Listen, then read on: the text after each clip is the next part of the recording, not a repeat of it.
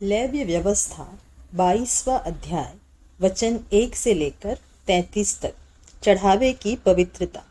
फिर यहोवा ने मूसा से कहा, हारून और उसके पुत्रों से कह कि इस्राएलियों की पवित्र की हुई वस्तुओं से जिनको वे मेरे लिए पवित्र करते हैं अलग रहे और मेरे पवित्र नाम को अपवित्र न करे।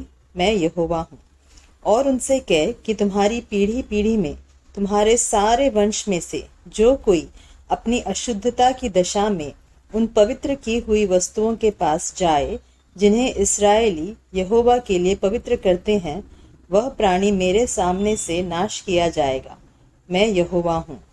हारून के वंश में से कोई क्यों न हो जो कोढ़ी हो या उसके प्रमेह हो, वह मनुष्य जब तक शुद्ध न हो जाए तब तक पवित्र की हुई वस्तुओं में से कुछ न खाए।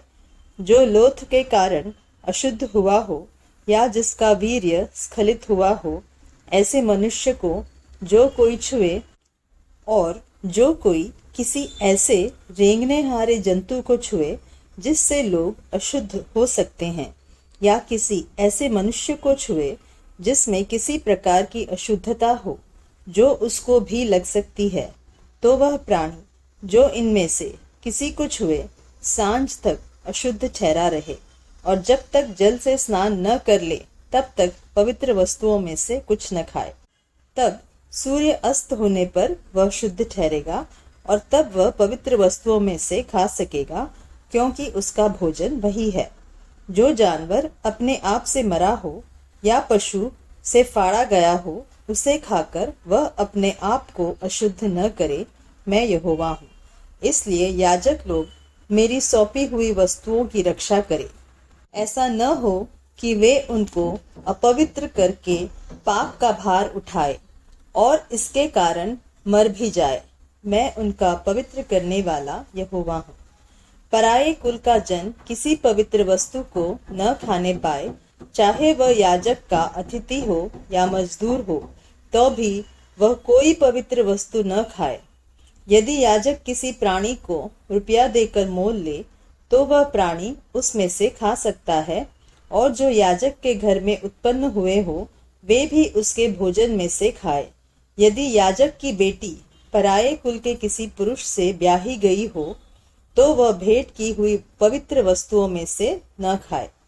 यदि याजक की बेटी विधवा या त्यागी हुई हो और उसकी संतान न हो, और वह अपने बाल्यावस्था की रीति के अनुसार अपने पिता के घर में रहती हो, तो वह अपने पिता के भोजन में से खाए, पर पराये कुल का कोई उसमें से न खाने पाए।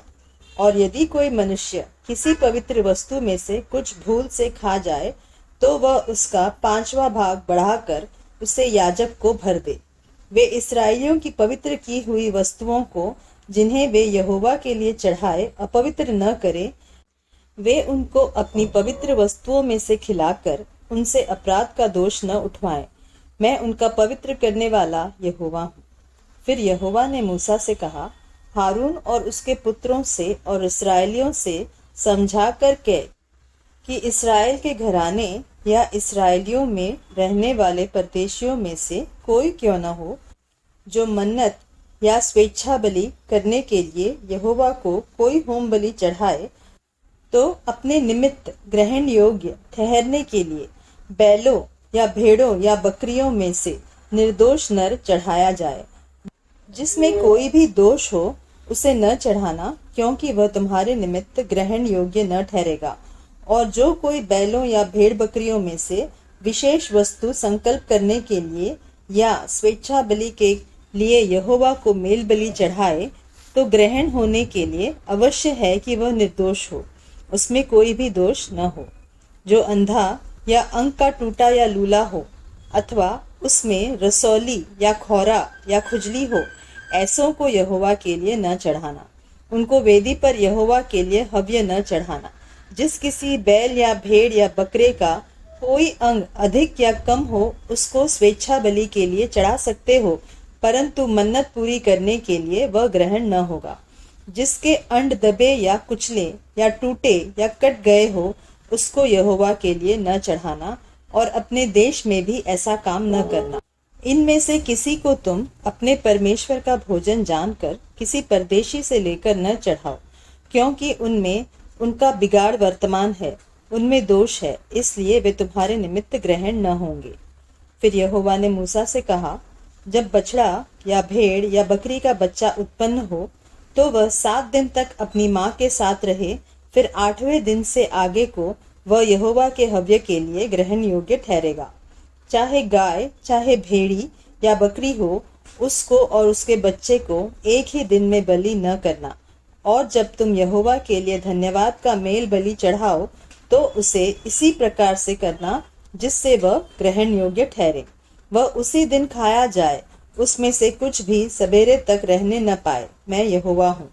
इसलिए तुम मेरी आज्ञाओं को मानना और उनका पालन करना। मैं यहोवा हूँ। और मेरे पवित्र नाम को अपवित्र न ठहराना, क्योंकि मैं इस्राएलियों के बीच अवश्य ही पवित्र माना जाऊंगा, क्योंकि मैं तुम्हारा पवित्र करने वाला यहोवा हूँ, जो तुमको मिस्र देश से निकाल लाया, जिससे तुम्हारा परमेश्वर बना रहूं। मैं यहोवा हूँ।